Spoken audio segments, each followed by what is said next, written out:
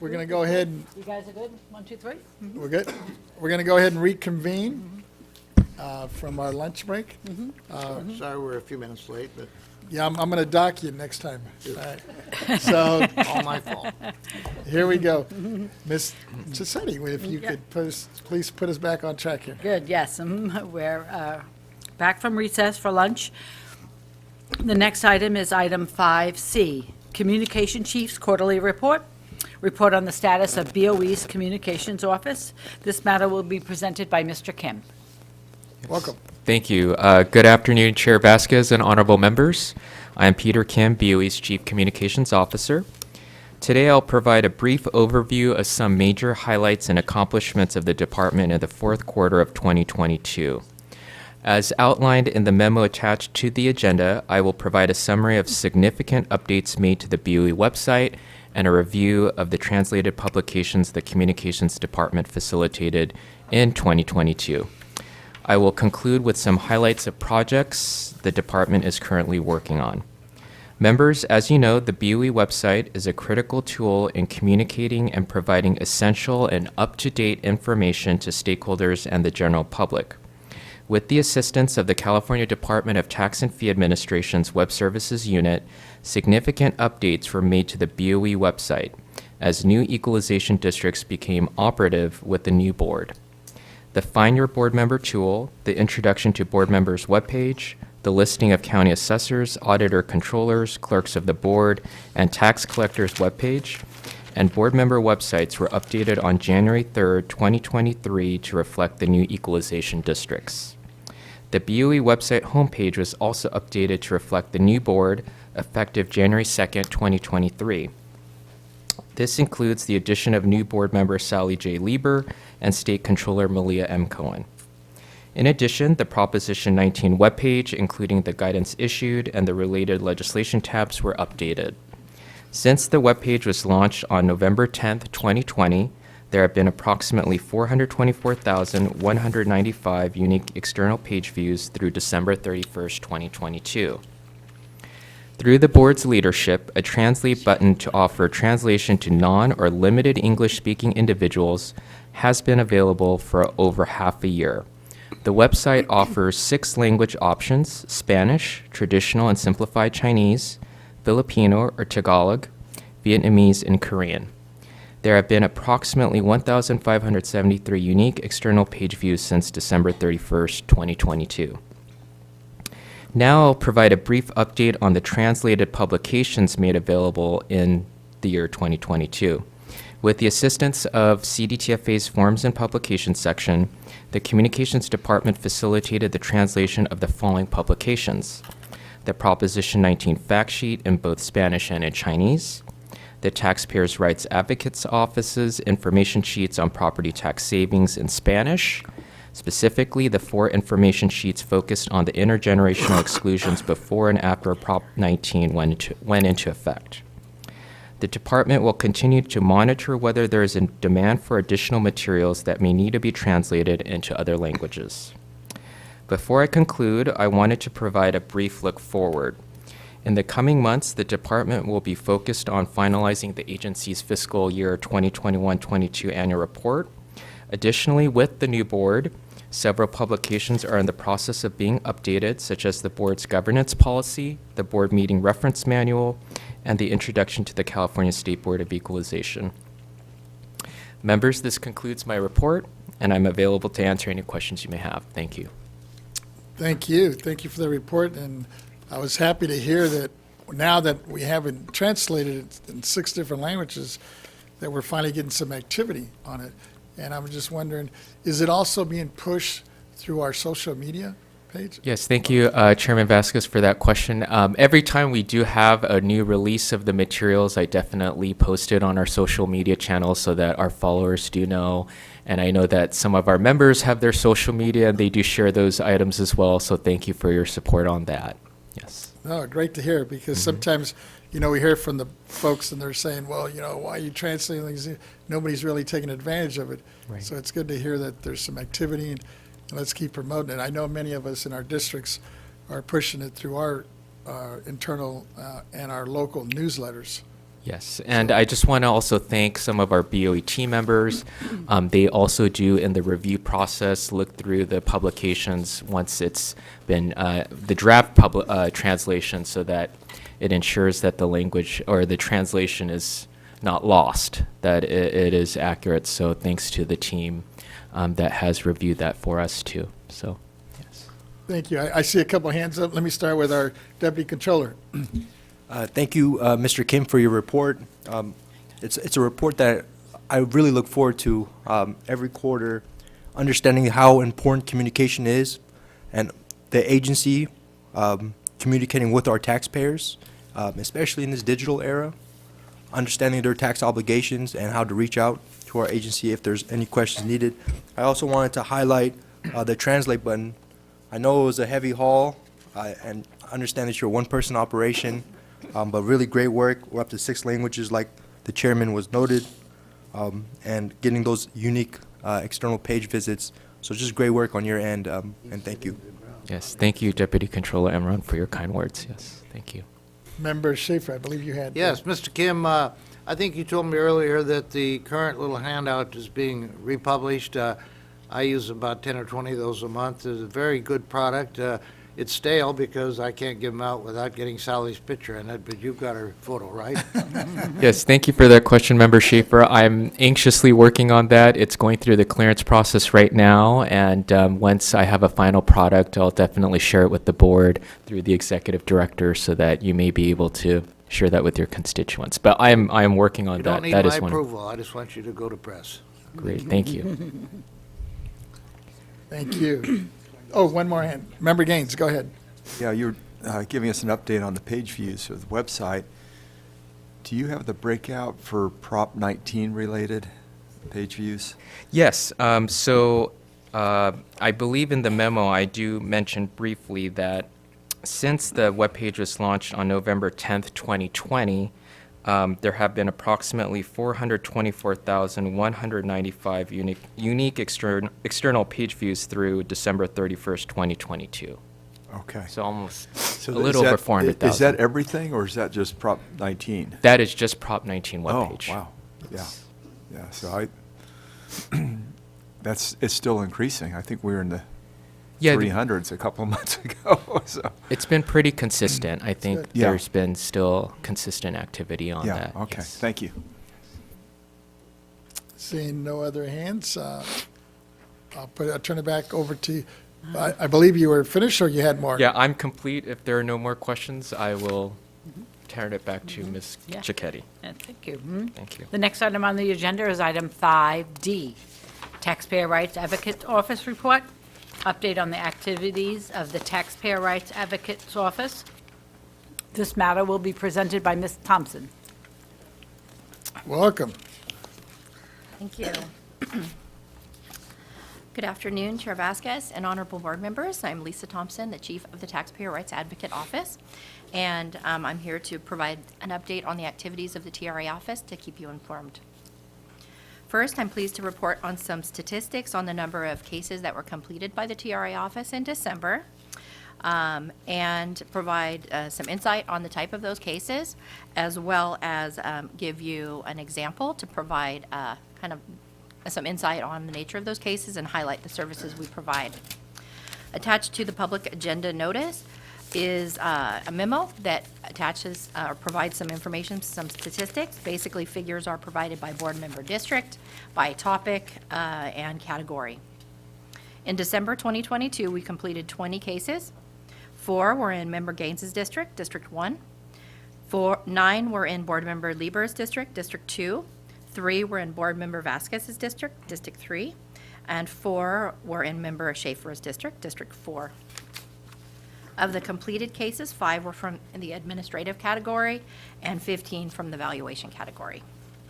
The administrative category includes topics such as creating and mailing of tax bills, refunds, penalty calculations, cancellations, defaulted taxes, access to data, special assessments, and direct levies on the property tax bill. For the valuation category, that includes topics such as change in ownership, decline in value, appraisal methodologies, exclusion, exemptions, new construction, actual enrollment of value, general property taxation, and assessment appeals. With respect to the administrative category, and it's 5 in total, 3 pertain to delinquent or defaulted property taxes, 1 involved penalties, and 1 pertained to special assessments. With respect to the valuation category, and it's 15 cases in total, 2 pertain to the actual enrollment of values, 2 involve change in ownership, 1 case pertained to decline in value, 7 pertain to exclusions from reassessment, and 3 involved exemptions. To provide some insight on the specific types of exclusion and exemption cases, I provide this further breakdown. For the 7 cases involving exclusions from reassessment, 2 pertain to the parent-child exclusion, 4 pertain to base year value transfers for persons age 55 and older, and 1 pertain to base year value transfers for disabled persons. 5 of the 7 cases occurred during the time of current law of Proposition 19. Since those events occurred on or after the effective dates of Proposition 19's February 16, 2021 intergenerational transfer exclusion provisions, or the April 1st, 2021 effective date for Proposition 19's base year value transfer provisions. The remaining cases pertain to transfers occurring under prior law. For the 3 exemption cases, 1 pertained to the disabled veterans exemption, 1 pertained to the religious exemption, and 1 for the welfare exemption. To provide some insight on the nature of the cases that our office works to assist taxpayers, I offer some additional information that our office worked on last month to help resolve the issue for the taxpayer. This case involved a taxpayer that applied for a base year value transfer for a property he had sold to another property that he had purchased. The taxpayer was concerned because he had applied for the homeowner's exemption and also a base year value transfer for persons age 55 and over, but it wasn't reflected on his supplemental assessment notice that he had received from the assessor's office. He contacted our office because it hadn't been applied. Our office explained that at first that it takes time for an assessor's office to process an application for base year value transfer to ensure that all of the qualifications are met, and then for it to be processed and for the values to be applied to the assessment. We also help the taxpayer understand that the timing of when a claim is reviewed is dependent on the workload of an assessor's office and the number of claims that have been filed by taxpayers in their county. We also explained that when the original property is located in a different county than the replacement property, the assessor's office must coordinate with the assessor's office where the original property is located to obtain information needed for it to determine the new taxable value of the replacement property. Specifically, they must obtain the market value of the original property at the time of the sale, as well as the factored base year value, which is needed to calculate the replacement property's new taxable value. Based on the information received, the assessor determines if there is any excess value to be added to the transferred factored base year value, if the replacement market value is higher than the original's market value. As another matter of clarification, the information provided from one county to another for a base year value transfer is on a standard form that's referred to as a value certification. That form is prescribed by our agency and is used statewide by assessors in processing base year value transfers statewide. So we help the taxpayer understand the steps that are involved with the application for the base year value transfer. We further explained that the assessor's office had granted the base year value transfer along with the homeowner's exemption, and it was reflected on the 2022 assessment, for which the first installment of property taxes needed to be paid by December 12, 2022, without penalty. We also helped him understand that the supplemental assessment, which he received the notice on, was based on the market value of that property at the time he purchased it, had not been enrolled, and therefore he would not be receiving a property tax bill on that amount. We also helped him understand that he would be receiving a supplemental assessment that would be substantially lower than with the granting of the base year value transfer. Additionally, we informed the taxpayer that using information obtained from the assessor's office, we confirmed that the factored base year value of his original property was transferred to his replacement, and the 2022 assessment was correctly calculated. The next item I want to report on is for taxpayer education and outreach. As you know, our office issues information sheets to taxpayers on various exclusions and exemption topics that are designed for taxpayers as a resource, where they can read information about the main requirements of it, helpful hints, and how they can apply for such exclusion and exemption. We currently have 8 information sheets on exclusions available to taxpayers under various provisions of law. As part of my update at the future board meeting for the presentation of the Taxpayer Rights Annual Report, I will go over each of those. However, at this time, I wanted to share with you that we have developed a new information sheet and that is currently being prepared by our Forms and Publications section. Our communications officer is coordinating with them, so I thank him. The information sheet covers property tax assistance programs for seniors. And it covers areas of property tax exemptions, as well as the property tax postponement program that's offered through the State Controller's Office. It also provides information on exemptions from special assessments and direct levies on the property tax bill. And it also directs taxpayers to our existing Publication 29 to provide general information on California property taxation, as well as directing them to our information sheet on the base year value transfers for persons age 55 and over. At this time, I would also like to address Member Vasquez's question that he posed earlier to Executive Director Stowers about information sheets, specifically a fact sheet on the welfare exemption for nonprofit organizations. Our agency does have comprehensive information on the welfare exemption, however, the next information sheet that the Taxpayer Rights Advocate Office will work on is an information sheet specific to nonprofit organizations. It's not just to the welfare exemption, it will encompass it, but we are gearing it toward exemptions available to nonprofit organizations because it's not just the welfare exemption. So that's something we will be rolling out. The Taxpayer Rights Advocate Office has already discussed that with the California Assessors Association, and it's dealing with them since the information sheets are kind of worked on in collaboration with them with their approval, because the TRA office's role in education is to assist assessors in their efforts to educate the public. So I'll be providing more about that. So Thank you. Any hands? I have no questions. I think you were pretty thorough there. okay, thank you very much. Thank you.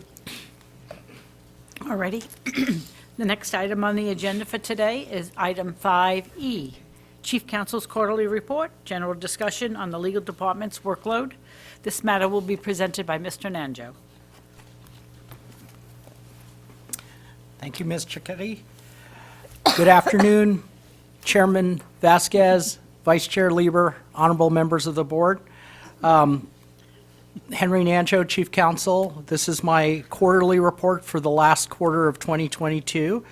First of all, I want to thank my team for their continued dedication and hard work, especially in the fourth quarter. As you know, that's our state-assessed appeals time, so my attorneys are very busy working on that. But they were luckily or happily able to get a lot of other work accomplished as well. So again, I thank them for their continued dedication and hard work. We continue to work on filling our remaining vacancies. We currently have 2 attorney vacancies, which we will be filling in 2 phases. As to the legal department's workload, as I said, our first and foremost job was the state assessment appeals. And members, we began our 2022 state assessment appeals season with 20 petitions this year. 2 of them was withdrawn.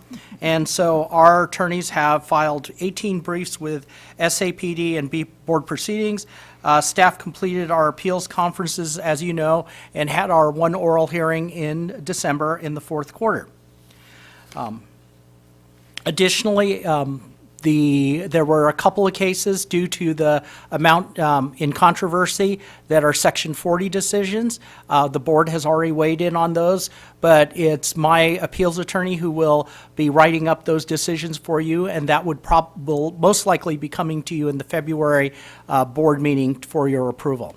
And again, that's just to memorialize the decision that the board's already made and publish that because of the amount involved.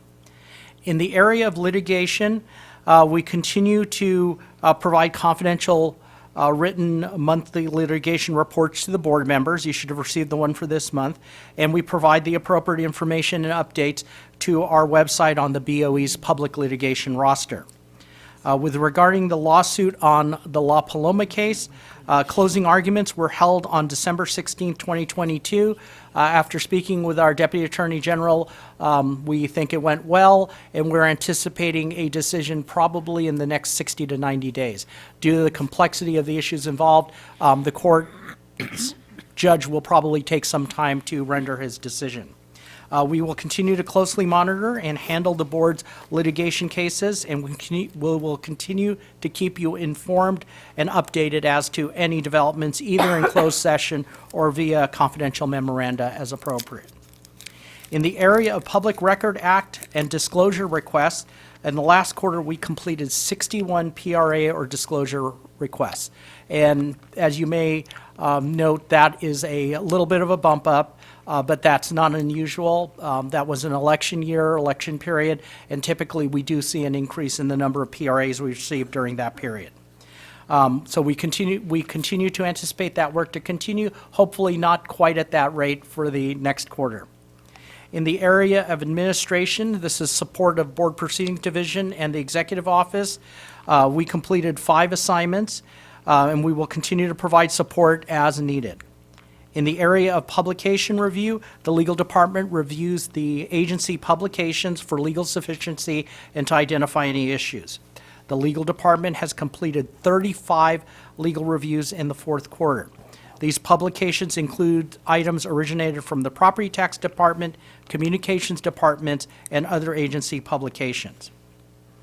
In the area of regulations, we had a little bit of a hiccup. As you know, we were forwarding the permanent regulations for Regulation 462.520, exclusion from change in ownership intergenerational transfers, and Regulation 462.540, change in ownership base year value transfers. We were forwarding those to the OAL. The board has already approved the final language for that. We did make some grammatical and non-substantive changes to the final copy. After discussions with OAL, they have requested that we republish the final version with those grammatical and non-substantive changes to the public for a 15-day period.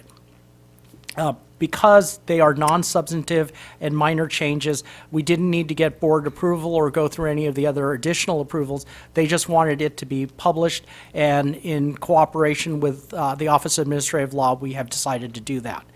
Our concern was that the emergency regulations were going to expire, so we went ahead and continued those. We can do that relatively easily, so we got a 90-day extension. So our emergency regulations are in place for the next 90 days. We anticipate probably within the next 30 days that our permanent regulations will be approved by OAL, and once that happens, they will go into place and the emergency regulations will be superseded. So no problems there. Again, just a little bit of a procedural hiccup. In the area of our 2023 rulemaking calendar, we are going to be adding Property Tax Rule 192. That's 192 is the Property Tax Audit Selection Rule. And here, we're making some changes just to make it consistent with recent statutory changes to Revenue Tax Code, Section 69. Again, as the board knows, throughout the year, the legal department kind of keeps an eye out for things that we need to clean up, just make consistent with new changes in laws, and we are continuing that process. In the area of tax program and technical advice, the team responded to 21 email inquiries and 32 phone call inquiries.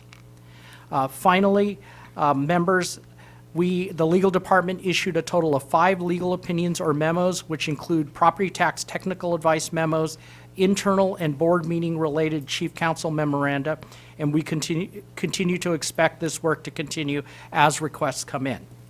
In closing, I want to again extend my gratitude to the team for their outstanding work in the fourth quarter and and also getting all the state assessments done on time and very efficiently. So that concludes my report. I am available to answer any questions that you may have. Thank you, members. Oh, several hands are up. First of all, thank you for the report. I think it was well delivered here. But for me, and I don't know how the other members feel, I was wondering if there was a possibility, especially as you're doing these quarter reports, is if it was possible to put it in writing so we have a record of it.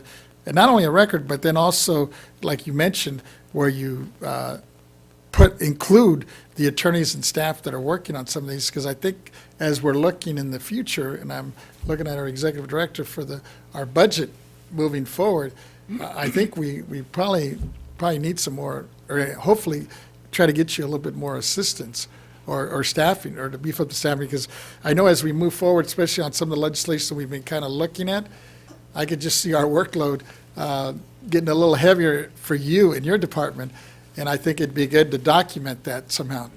So just a suggestion, I'm throwing it out there. Thank you for the suggestion, Chair Vasquez. Mr. Henry, I would direct Mr. Henry Nigel to put something more in writing as an outline format. I want to be a little warning, to be careful about what you're saying as far as staffing for the legal department. I know you guys support us, but there are some limitations on what the board members can do when it comes to staffing and the role that you play. So let me take that on, please, and just limit it to more of an outline on his report. Whatever you think Yeah. is appropriate in terms of the legality. For me, I'm looking at it more, we should be your advocates, and that's where I'm kind of going with Right, this. and you guys are our advocates.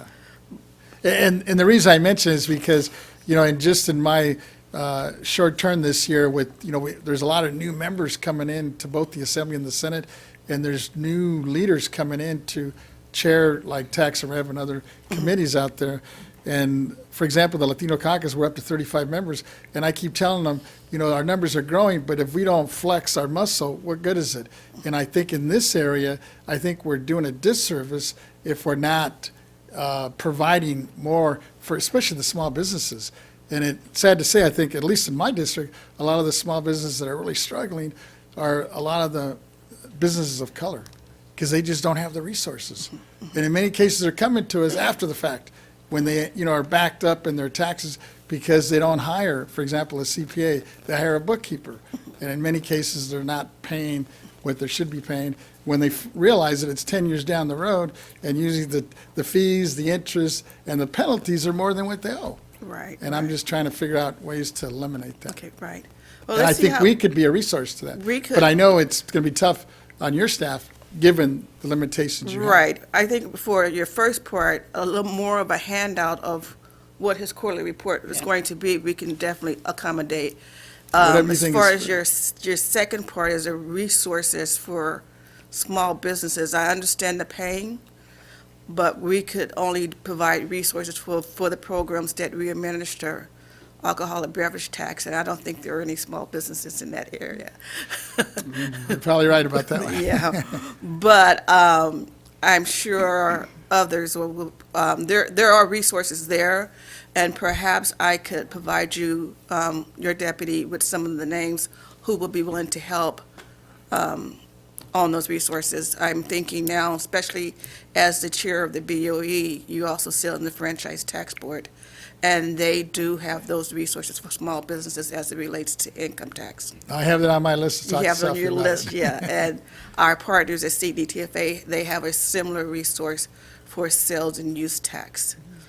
So let's just make sure that you guys are all aware and capitalizing on that help, because they will help.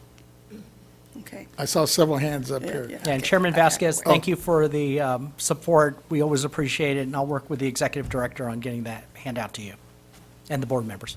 Member Schaefer. Mr. Manjo, we won't be seeing you again until April on our quarterly report. However, you've assured me if there's something interesting or important that comes along in the interim, you might give us a little heads up on it. Absolutely. Yeah. And also, you just said you had 21 and 32 emails and calls from the public. I would hope that these aren't people just looking for a free lawyer when they should be hiring outside counsel. You have enough things to do without operating a free law office someplace, you know. Absolutely. Member Schaefer, we're very aware of that, and we try to provide help. In a lot of these kinds of circumstances, we're providing support to questions that come to us through Property Tax Department. They're from the public, but Property Tax Department will try to answer the question, and sometimes there's a little bit of a legal question involved, in which case we get involved, and we do a joint effort to try to serve the public. Sure. And finally, Ms. Stars prefers oral presentations on a lot of these things, I guess because it's easier, like I had mentioned something in writing about her statements on why we should be careful about taking the meeting out of Sacramento. But, you know, there's also the theory that if it's in writing, it's more important, and if it's just orally, it isn't that important. I do want to remind you and her that everything that's orally is being taken down here in writing, and, you know, we can have transcripts of it. It's just easier if it's something I'd like to share with Chambers of Commerce. So look what Ms. Stars is saying, you know, and if I had a little memo from Ms. Stars, I could put it on the front burner. There we go. Appreciate it, sir. I will work with Ms. Stowers on that. Thank you. Okay, I think we're good. Great. Let me turn to Ms. Chicksetti to see if there was any written comments on this. Well, we're going to take the public comment at the end. On this one? Yep, Okay. on all of them at the end. Thank you very much, members. Appreciate it. Thank you. The next item up for today is item 5F, Property Tax Deputy Director's Report. Report on the status of pending and upcoming projects, activities, and departmental issues, including assessment practice surveys, quarterly report, letters to assessors, appraisal training and certification, and state assessed property. These items will be presented by Mr. Young and his team. Welcome. Thank you. Thank you, Chair Vasquez and honorable members of the board. For the record, my name is David Young, and I'm the the Deputy Director for the Property Tax Department. So today I will be giving you a quarterly report on the Assessment Practices Survey Program, to be followed by 2 reports from Ms. Schultz here. She will report on the letters to assessors that were issued, and also on training and certification. And the last report on the Deputy Director's portion of this program will be from Mr. McCool. He will update you on the State Assessed Properties Division and what's going on there. So as requested last year for the Assessment Practices Survey Program, this is the first quarterly report. I will be reporting on what was issued by the department for the last quarter of 2022. So as of the last quarter of 2022, we issued 4 reports. But before I start there, I just want to give you just a little bit of background for context. These survey reports are required by Government Code 15640 exec. So there's several provisions of code that basically govern what we do. These reports are, in essence, a compliance audit, and they take a look at each county assessor's offices as to their practices and procedures, how they're doing their assessments, and in some cases, we actually take a representative sample of their assessment roll, and we run through some numbers to see how close they are to hitting basically the ideal assessments. So with that, that's kind of what the reports are. It's basically a report to stakeholders as to how the assessor is discharging their duties in their county. What it is not is it's not a comprehensive management report on their entire operations. There are certain things we don't look at. They usually have to do with internal management and budgeting and whatnot. So that is assessor's functions. We usually do not look at that, and we don't comment on that. We do comment, we do put numbers on there as to their workload and what they handle, but their internal management is not a true component of this type of report. So this type of report not only serves as a report card as to how they're doing discharging the property tax administration at county level, but it also allows them to recoup certain costs. So under revenue taxation code 75.60, if we certify that their role meets certain parameters, they have an opportunity to basically recoup some administrative costs to administer their supplemental assessments. So part of their function, they actually get some money back. So it's a dual purpose report, and it's our main way of promoting uniformity, fairness, consistency from the property tax administration throughout the state. So with that, I will go over the 4 reports that we issued since the last quarter of 2022. On October 4th, we issued the report for San Francisco County. San Francisco County is one of the top 10 counties by the by the total assessment total. So they both got a qualitative review of their practices and procedures, and we also took a look at a representative sample look of their assessment role. So we went through and looked at part of their administration. We looked at specifically we included some staffing levels, their workload, their assessment appeals, and their exemptions. And overall, they did really well on that. We made one recommendation under exemption program. For the assessment of real property, we looked at quite a few subjects there. We looked at changes in ownership, when something is reassessed. We looked at new construction, and we looked at declines in value. So if their property is actually worth less than what it's assessed at, they would get a decline in value, otherwise known as a Prop 8. We looked at that. Once again, overall, it was a good review. We made one recommendation on their new construction program. We looked at their assessment of personality and fixtures. We looked at quite a few items there, and actually that was a very well-run program. There was no recommendations made on that one. We also took a look at I mentioned we took a look at their assessment role, and we took some representative samples out of there, and our staff went through and made sure that they reappraised what they should have, and they came up with the right value. That one actually they did really, really well on that one. Their assessment ratio was 99.92%. So out of 100%, they got just about all of it correct. So with that, we certified that they were able to recuperate that assessment, that supplemental assessment portion of their administrative costs. So that's San Francisco. The next one we looked at was for Napa County. Napa County was published in October 11th of 2022, and that was a supplemental assessment. So we have the option of doing a full survey report on them or a supplemental. We opted for the supplemental on that one. We followed up on the prior assessment practices survey report, and we looked at those recommendations to see whether the assessor has actually implemented them. There were 2.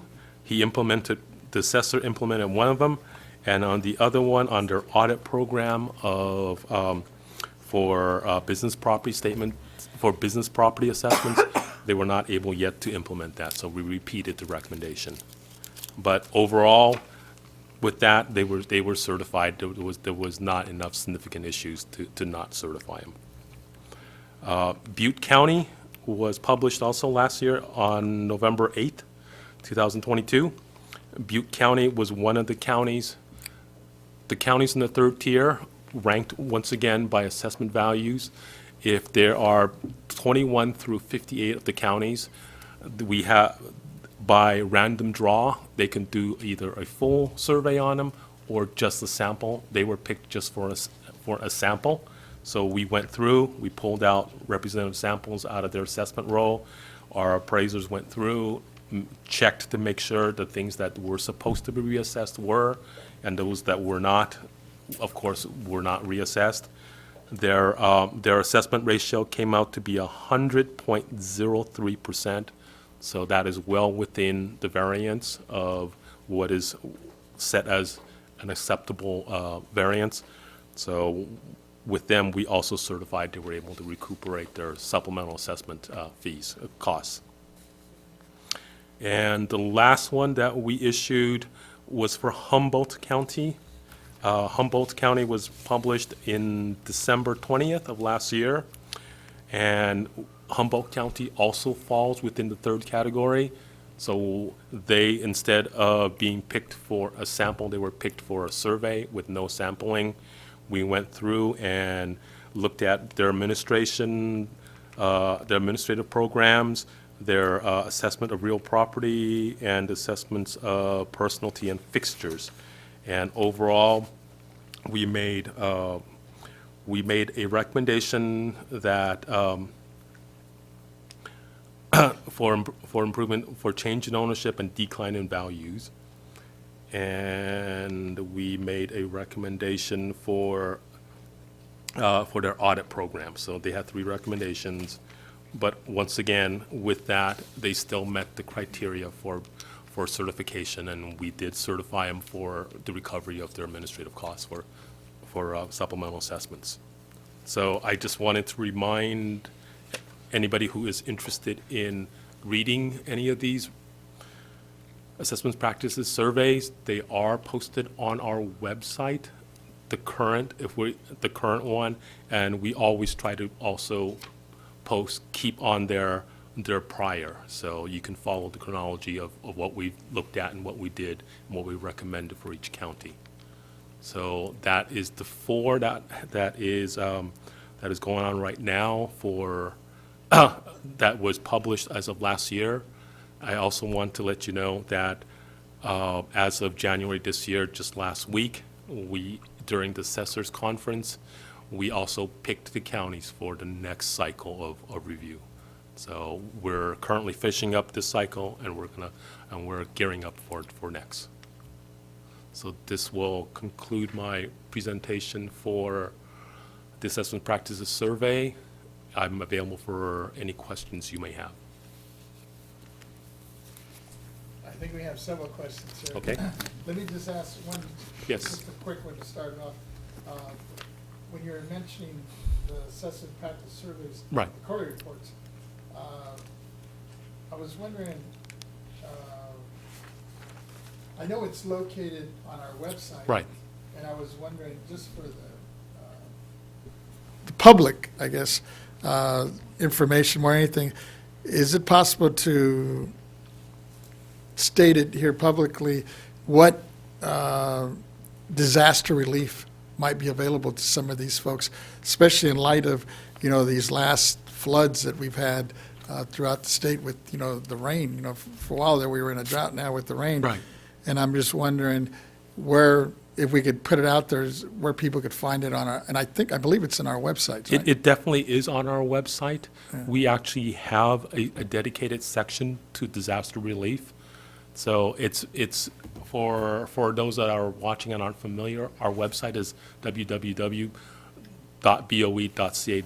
So if you go on there, it's a very prominent feature of our website, and we do have quite a lot of guidance on it.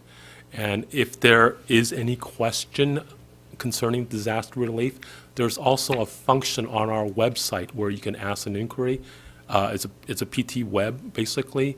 We have a technical services unit that handles that, and on average, we answer about 500 plus inquiries, either through the phone, through email, through written correspondence every single month. So we're very active on that front, and we have a lot of information out there. Please contact us, use that feature, contact your county assessor. There is relief out there. It takes a little bit, you have to look for it, but we're ready to help in any way we can. And once again, what's that website again? Excuse me, to give it another plug Yes, here. www.boe.ca.gov.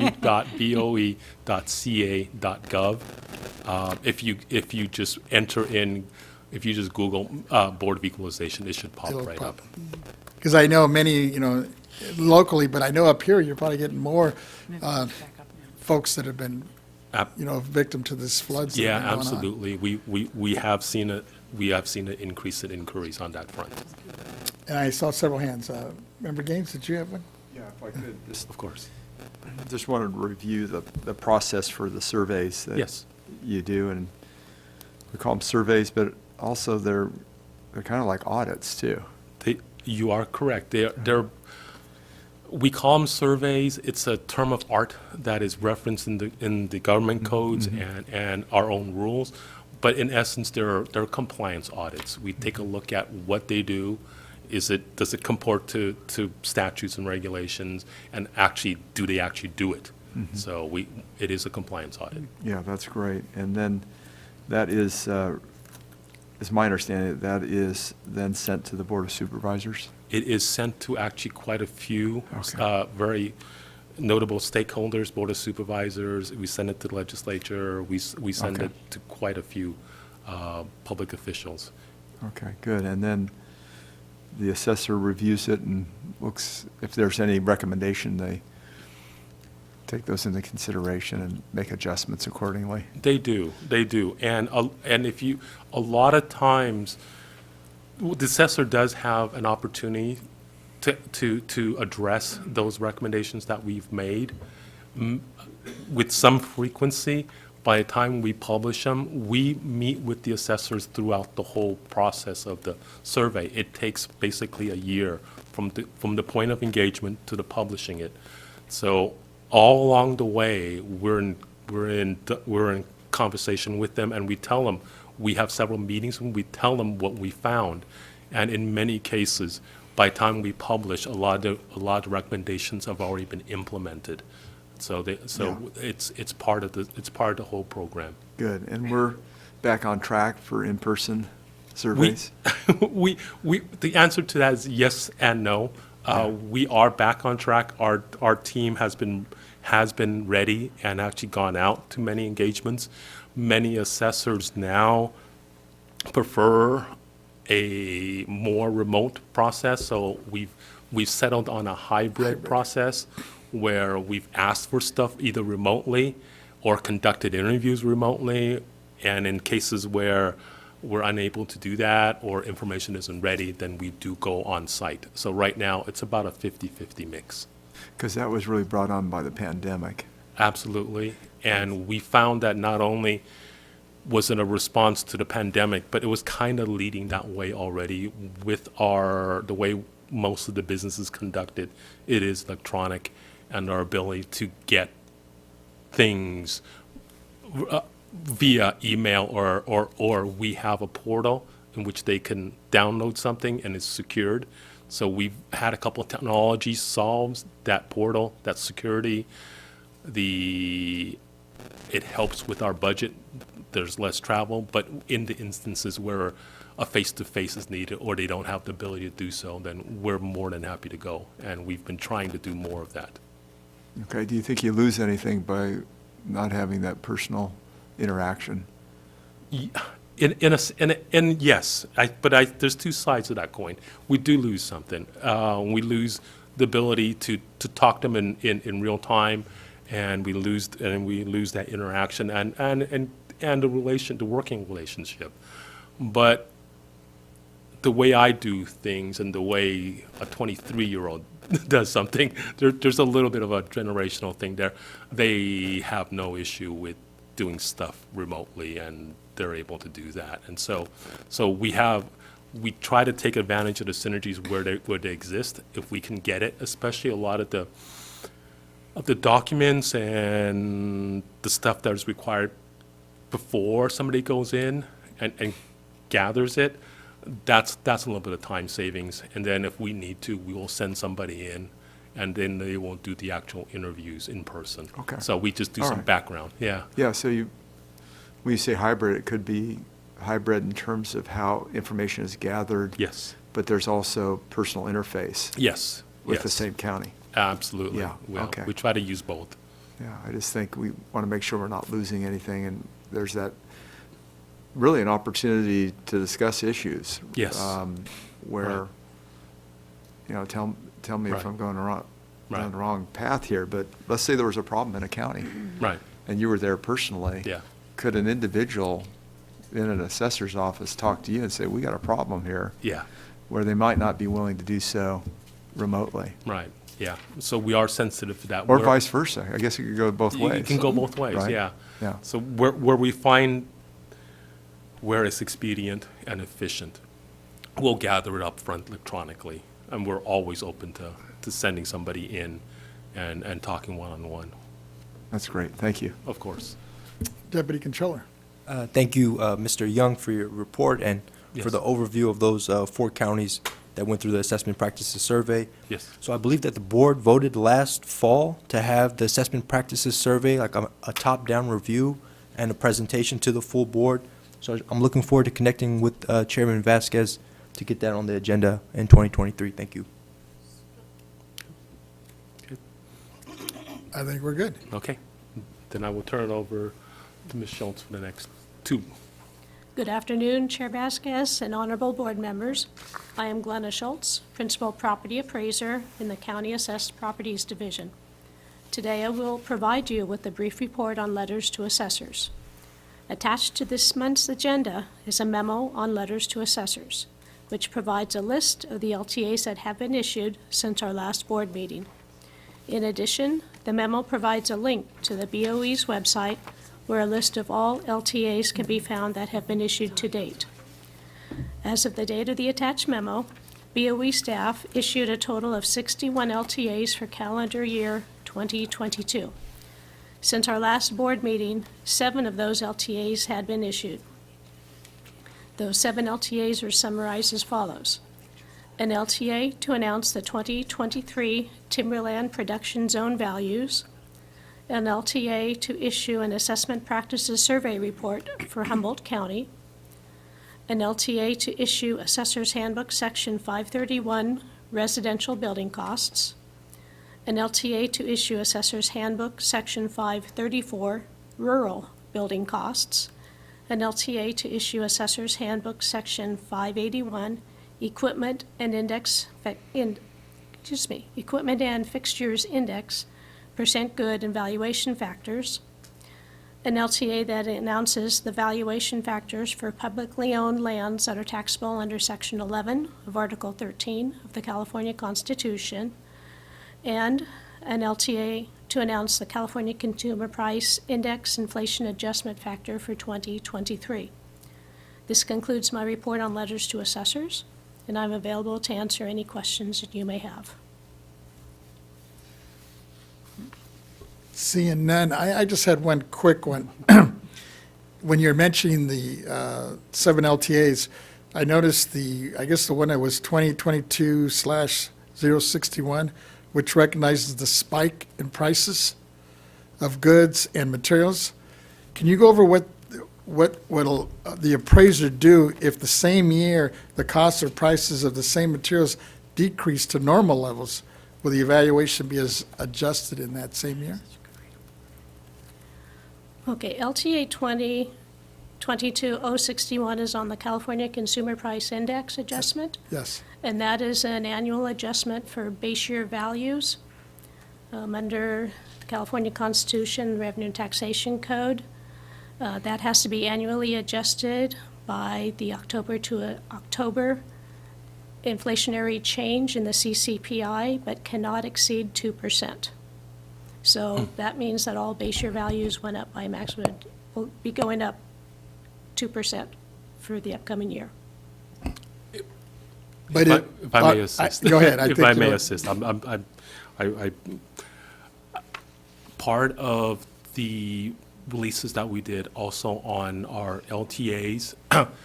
We released a couple of basically cost factors for constructing residential buildings and for rural buildings and for certain equipment. So if what we try to do is we try to take into consideration all the factors that would lead to either increases in cost factors or a decrease. We try to take a look at them as closely as we can. We scrutinize them. We've had quite a history of doing such. If there is I believe this is what you're asking, if by the time we publish it and when they actually use it to make an assessment, if inflation or whatever changes, goes up or down, is there an adjustment for it? Our guides are just that. They are guides as to, it's a snapshot in time. It's our best analysis of past information and anticipation of what's going on. If it turns out that inflation isn't going at 8% and it actually decreases a little, the assessors are charged with taking a look at our guides and actually comparing it to local information to see whether it really is representative of fair market value. The goal is always to get to fair market value. So our guides are just that. It is one of many cost factors they can use. There's also commercially available cost factors through many different outlets that you can subscribe to.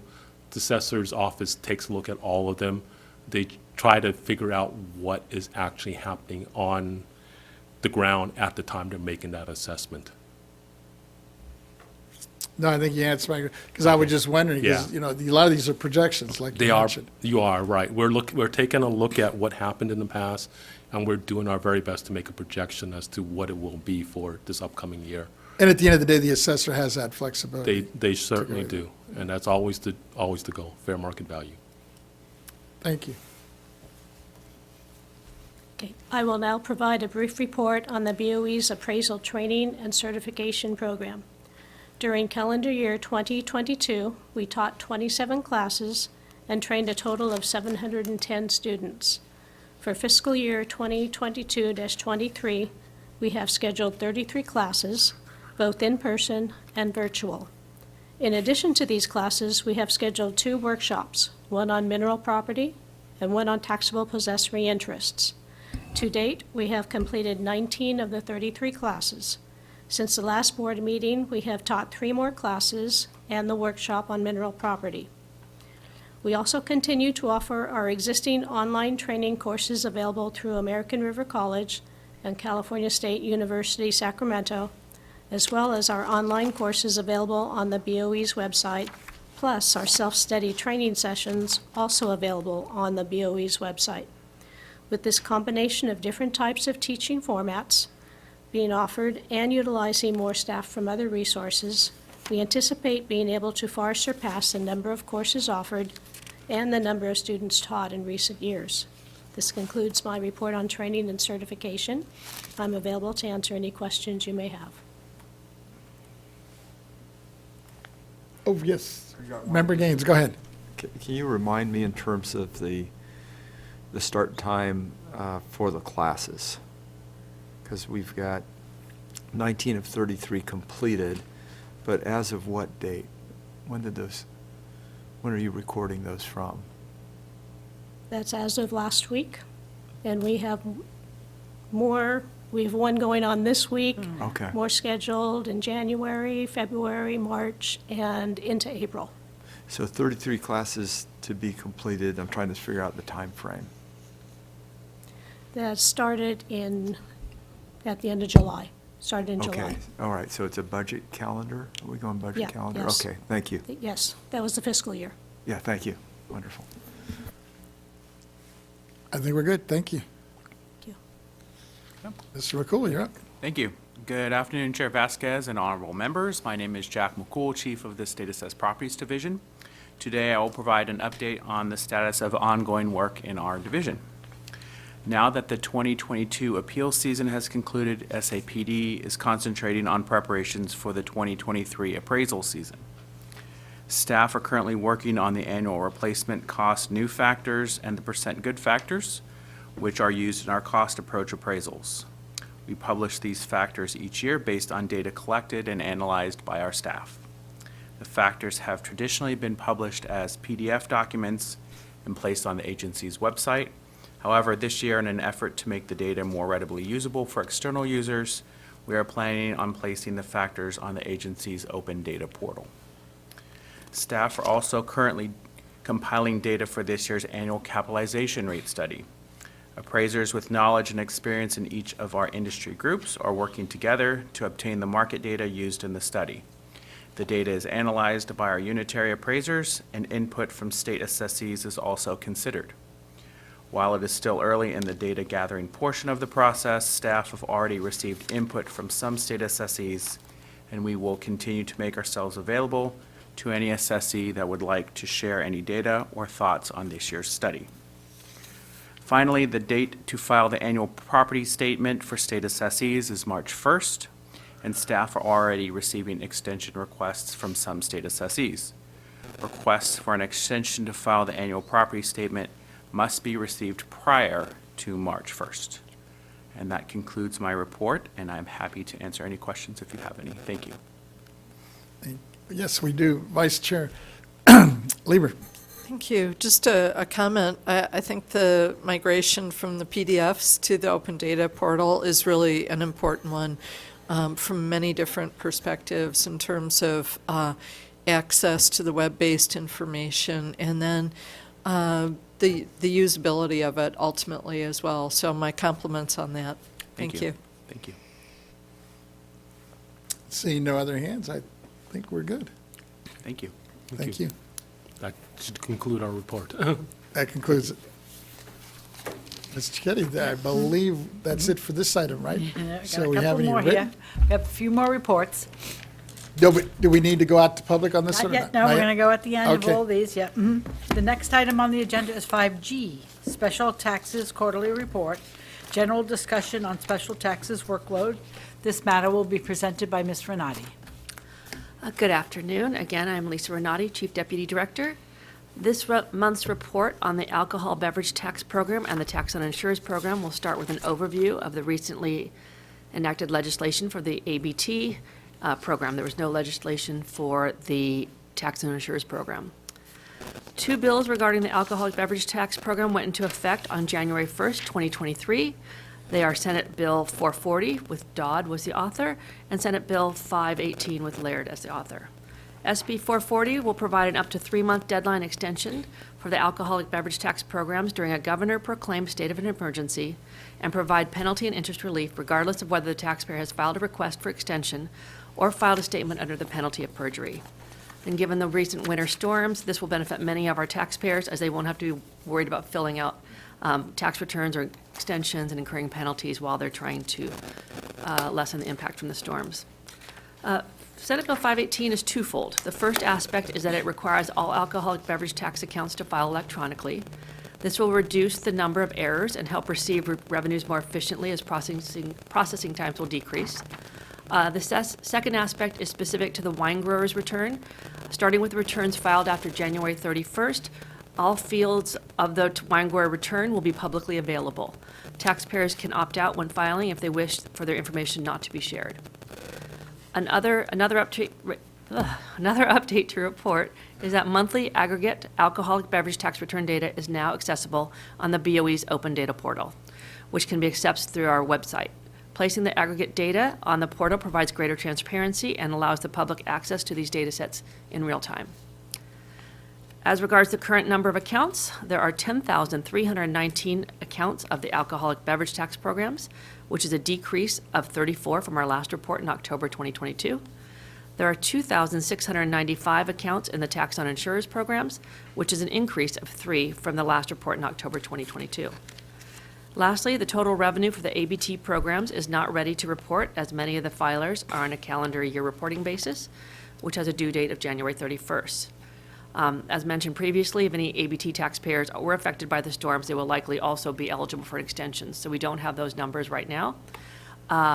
But I did get information from the December 2022 Department of Finance Bulletin, which reports that for fiscal year 2022-23, year-to-date, it is anticipated that $1 million in revenues will exceed projections for the alcoholic beverage tax program and $13 million in additional funds beyond projections for the tax on insurers. This concludes our report on special taxes. I'm available to answer any questions you may have. Seeing no hands, I think we're good. Okay. Alrighty. The next item on the agenda is 5H, Legislative Research and Statistics Division's Chief Report. Update on the administrative and program-related legislative bills impacting the BOE. This item will be presented by Ms. Renati. Again, good afternoon. I am Lisa Renati, Chief Deputy Director. Today, I'll provide a report on the workload of our Legislative Research and Statistics Division. As you're aware, the legislature reconvened on Wednesday, January 4th, and we are tracking and monitoring bills that could impact the BOE's tax programs and administration. Weekly reports are sent to your offices with a listing of the bills and links to our analyses. At the BOE's November 2022 meeting, the board approved the 3 agencies' legislative proposals. For the alcoholic beverage tax program, we have 2 proposals. One amends Section 32387 of the Revenue and Taxation Code to authorize electronic service of levies. The second proposal amends Sections 32401 and 32440 of the Revenue and Taxation Code, requiring any determinations or cancellations made by the board under the alcoholic beverage tax that are in excess of $50,000 to be made public for 10 days after the effective date of the determination or cancellation. Both of these bills increase the efficiency and administration of the program and do not have any fiscal impact. The third proposal is a technical change regarding the implementation of Proposition 19 that amends Section 62.1, 62.5, and 69.4 of the Revenue and Taxation Code to include references to Section 63.2 relating to the intergenerational transfer exclusion and 69.6 relating to the age 55 and older disabled disaster base year value transfer. This is a technical proposal that clarifies changes made by SB 539 into the Revenue and Taxation Code and does not have any fiscal impact. We are currently working to get these 3 proposals into bills, and we'll keep you informed as we move forward in the process. And this concludes my report. I'm happy to answer any questions you may have. I have a couple, I don't see the other hands up. And one of them, Mr. Young actually brought to my attention, which you kind of touched on, AB 84, the Assembly of Awards bill. And it's my understanding that this would remove the requirement that an eligible property owner must receive a low-income housing tax credit and would instead allow the exemption to apply if the property is subject to a legal restriction that the units designated for low-income or lower-income households are continuously available for or occupied by lower-income persons. I believe this is a unique community land trust properties. Can you clarify that? Or maybe I probably should rely on I'm Ms. Young. going to ask Mr. Young to come forward. Yes, because you kind of touched on, I think. We have not I just want to completed- put it in the record, so people, the public could hear this. Good afternoon again. Yes. Chair Vasquez, David Young, Deputy Director. Yes, you are correct. That bill actually makes several amendments. That is one of them. Right now, that specific provision is already available to Community Land Trust, and it's also available to to folks that have this type of tax credit, but it would make it available to everybody else. So it expands that. You are correct. That's good to hear.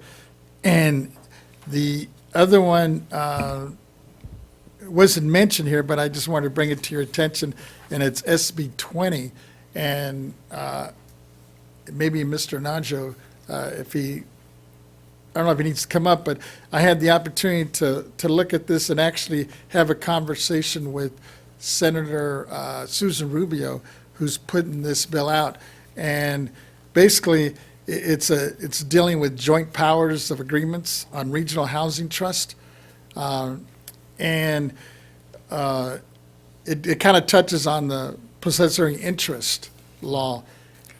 And I know Mr. Nancho put out an opinion back on October 11th, 2022, stating that under the current property tax law, buildings owned by JPAs or local governments that are used for low-income housing are taxable. And there isn't a standard statewide. I know in my county, LA, Jeff Prang has been pretty good about giving them that exemption, but it's not required.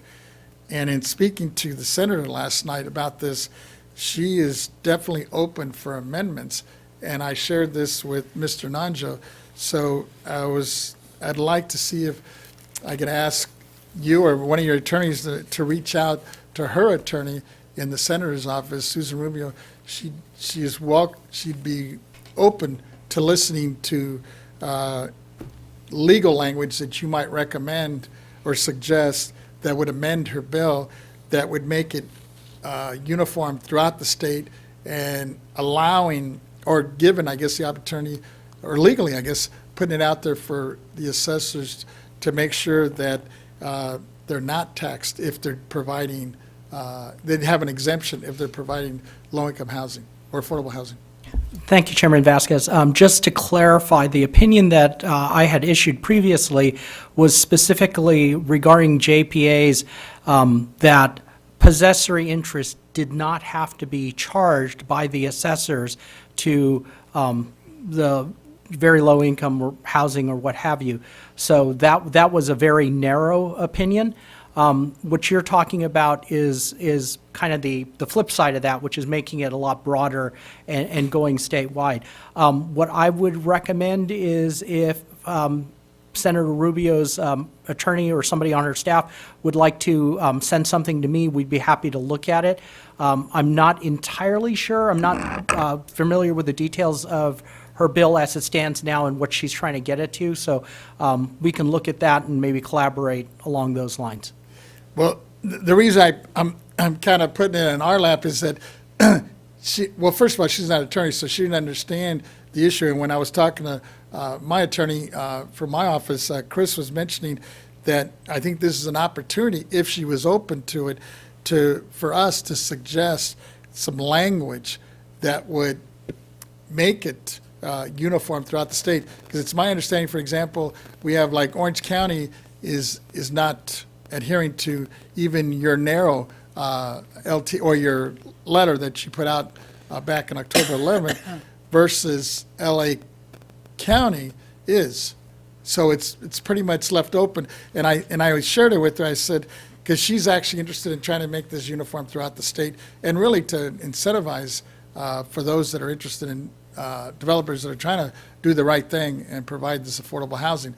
So I think she was looking more for us to give her some language that she could possibly use to amend her bill. Okay, what I would recommend is, if you don't mind, maybe I can work with the executive director and we can work with your office. With Chris, sure. Yeah, That'd be perfect. and try to put a little more structure around this, because it's kind of an open-ended thing right now, so.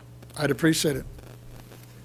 Sure, go ahead, Member Gaines. My thought would be maybe you could craft something in bullet form that would describe generally what we want to achieve. They could go to Ledge Council. They would review it. They would analyze the language and hopefully have the correct language that would, you could take that Ledge language, take a look at it and see if that's what we're And put trying it to into- achieve. Member Lieber's aware of that too, yeah. So. The other point I would probably like to raise at this point is we'd probably be remiss if we didn't touch base with the California Assessors Association, because if for some reason they have some issues, we'll want to address those as well before we take language to Senator Rubio, so. No, you're right. You did mention that, and I forgot to mention that. We should. Not a problem. Because I think at the end of the day, I think hopefully we can come up with some language, and I'll have this conversation also with my vice chair on this, to put forth and at least bring it to your attention. And then, like you mentioned, we'll reach out to the leadership within the Assessors Association, and hopefully they're comfortable with the language we come up with. Great, thank you. Thank you. Vice Chair. Mr. Chair, before you go on, could you repeat the number of the Assembly bill that you raised right before SB 20? Oh, before, it was AB 84, Okay, and it's by Assemblyman Ward. thank you. Okay. Anything? Seeing no other hands, I think we're good. You did a great job. I know you're filling in right now. So I didn't want to put you on the spot, but Luckily, I have Dave. great pinch hitter. Okay, Ms. Chisetti, We're ready to take a public comment on the executive director matters. So we did not receive any written comments, and we have no one in the auditorium who would like to make a public comment, so we're going to go to the AT&T moderator. AT&T moderator. Thank you, and Oh, okay. Thank you. yes, do apologize. If you do have a public comment from the phones, it is 1, then 0 at this time.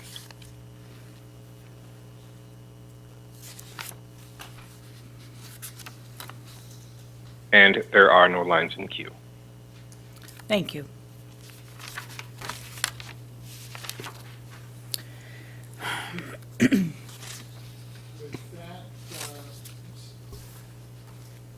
with that, Ms. Chisetti, if we would just continue on our next item. Okay, so our next item is the item 6, board member requested matters. Yes, actually, I'd like to see if we can put all three of those together.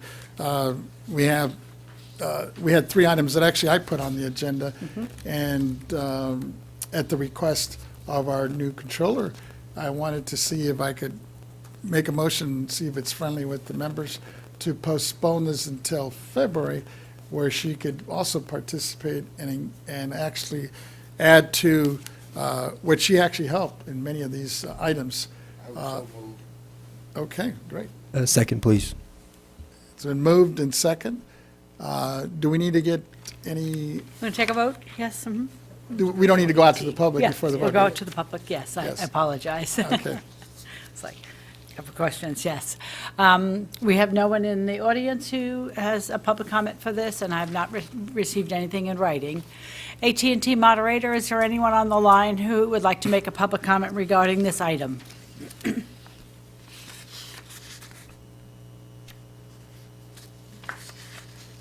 And we have no lines in queue. Alrighty, thank you. Thank you. And- And just for the record, so it's been moved and second to postpone this item until our February meeting. And let me just also mention, I wanted to thank Member Gaines, because I know he also had some folks that were prepared to speak today as well, for your patience on this.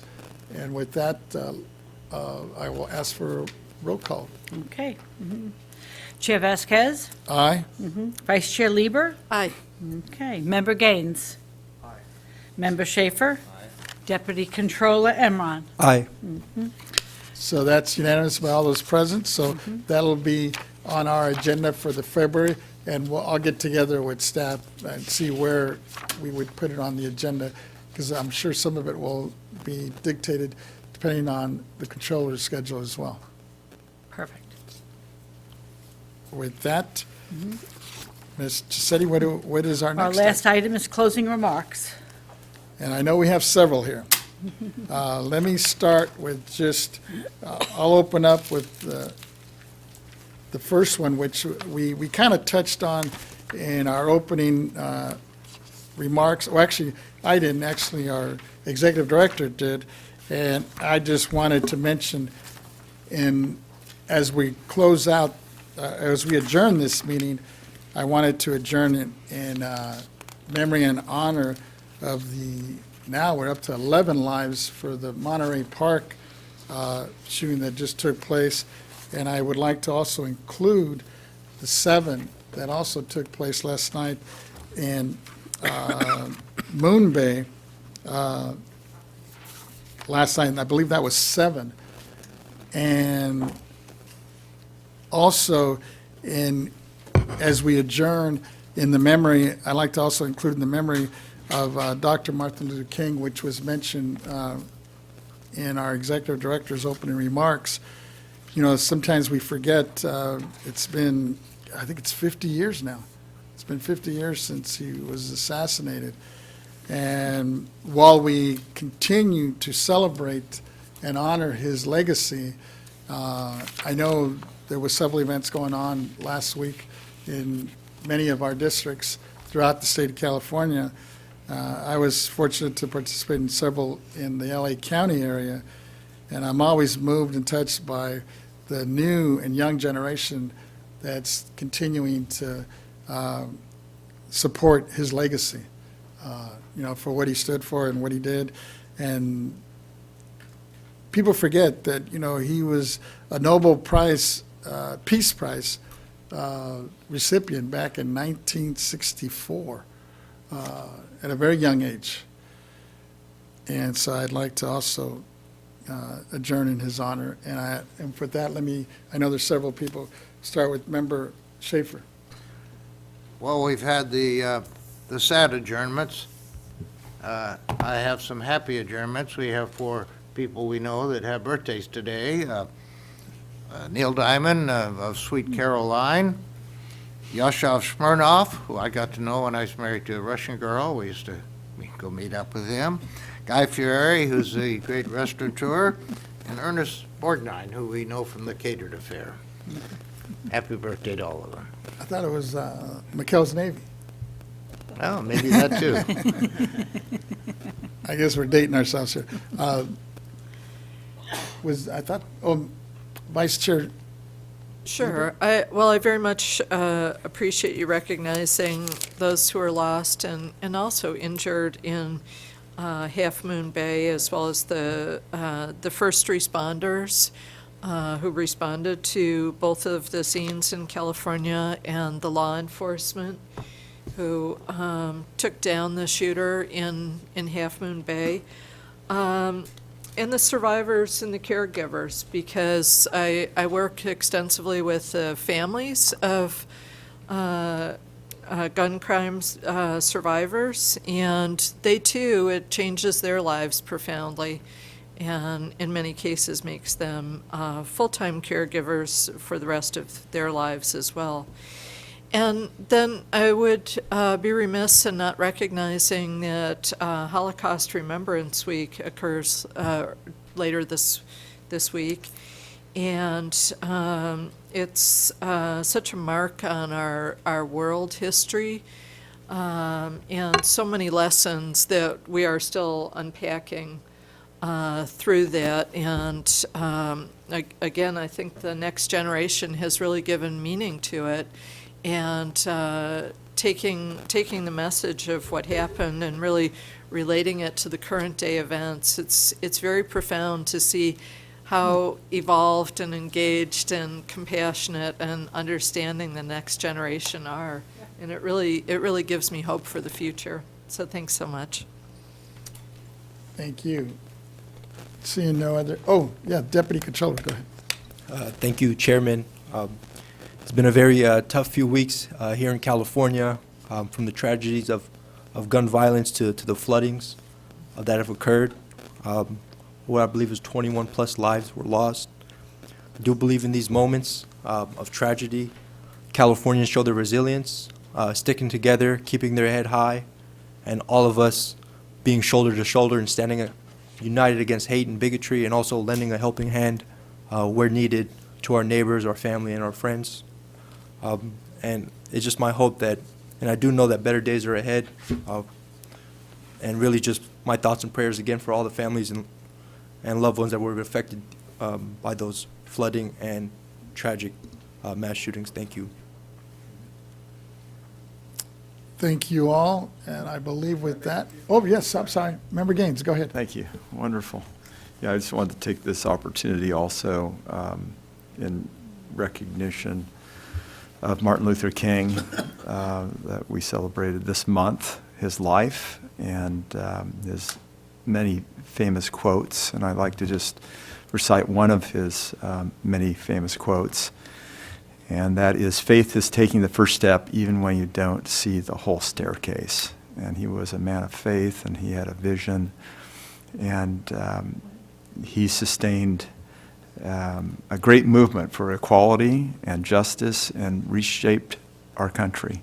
And so let us continue to work together to build a better tomorrow and help make California golden for everyone. In addition, I'd also like to recognize today, because it marks the 58th anniversary of the death of Winston Churchill, a man of the 21st century to so many people and a hero to the English and everyone who battled the Nazi and Axis powers in World War II to bring to an end the horrible Holocaust. Churchill was a soldier, statesman, war correspondent, author, a wit, artist, and he played a primary role in England's history for half a century. But he's best remembered as the rock upon which England leaned on during the darkest early days of the war, when the Nazi menace blitzed through Europe and defeat loomed over the continent.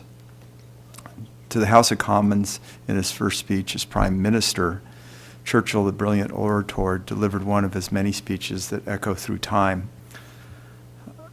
And let me quote, I would say to the House that I have nothing to offer but blood, toil, tears, and sweat. We have before us an ordeal of the most grievous kind. You ask, what is our policy? I will say it is to wage war by sea, land, and air, with all of our might and with all of our strength that God can give us, to wage war against this monstrous tyranny never surpassed in the dark, lamentable catalog of human crime. That is our policy. You ask, what is our aim? I have an answer in one word. It is victory. Victory at all costs. Victory in spite of all terror. Victory, however long and hard the road may be. For without victory, there is no survival. Always a fierce opponent of the ill-conceived appeasement of Germany, the far-seeing Churchill was right in his assessment and memorable in his delivery.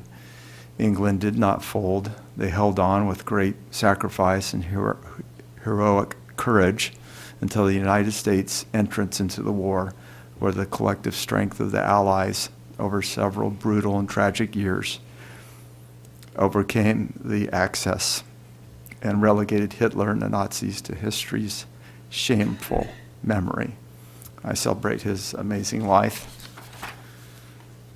And then finally, I just would like to adjourn in memory of a family friend, Melina Osi, also really known as Mel Osi, and like to adjourn in her memory. She passed away recently after a long and active and well-lived life. She was so involved in the Sacramento area charities and community groups. It's really hard to believe how active she was. She served as a founding member of the Sacramento Regional Community Foundation Board of Directors, chaired the Capitol Public Radio Board, served on the Crocker Art Museum Investment Committee, and was the president of the Fremont Presbyterian Church Women's Group, and served on the grand jury. She was a generous philanthropist in the region, giving to the Crocker Art Museum, the Sacramento State University, McGeorge School of Law, KVIE, Capitol Public Radio, and the Sutter Medical Center. And this is just a small slice of how she spent her time and her money to strengthen Sacramento. She traveled all over the world and was married to Enlo Osi for more than 7 decades. She raised 4 children, including Congressman Doug Osi. I grew up just down the street from her and her family, and know she was a great woman, mother, wife, and community leader. God bless Mel Osi, her family, and the many thousands of people whose lives she touched and who will miss her dearly. Thank you so much for your patience. Thank you for sharing that. And, you know, when you mentioned that, I forgot about, and I'm sure many of you have heard his music, David Crosby, we lost him as well. I had the opportunity to meet him a few years back because he did a benefit concert for our school district, for our Ed Foundation. And my daughter didn't know who he was, but actually performed with him And when I was sharing some of my old albums with her, she didn't realize the talent this man had. And he was very giving, not only philanthropically, but just socially on a lot of movements. And he had an impact on me as a college student back in the day, and I'm sure many of you experienced not only his movement, but also his music. And he would be greatly missed, so I'd also want to include him in our adjournment today. With that, if there's no others, we stand adjourned at 2:44. Next meeting will be in February. Do we know, we know the dates Yes, we already, do. right? Mhm. February 22nd and 23rd, which is a Wednesday and Wednesday Thursday, and because Thursday. Monday is the holiday. It's a holiday. Yeah. Are we really going to meet both days? I know that we were scheduled today on all the internets for a two-day meeting, and it was a one-day meeting.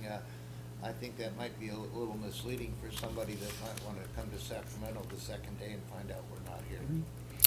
Yeah, but I believe we make notice that we're canceling the second day on the website. And we'll work with the chairman to see if, in fact, how quickly he wants to adjust the days. Right, and we, of course, don't incur expenses for day Correct. two either. Thank you. Correct.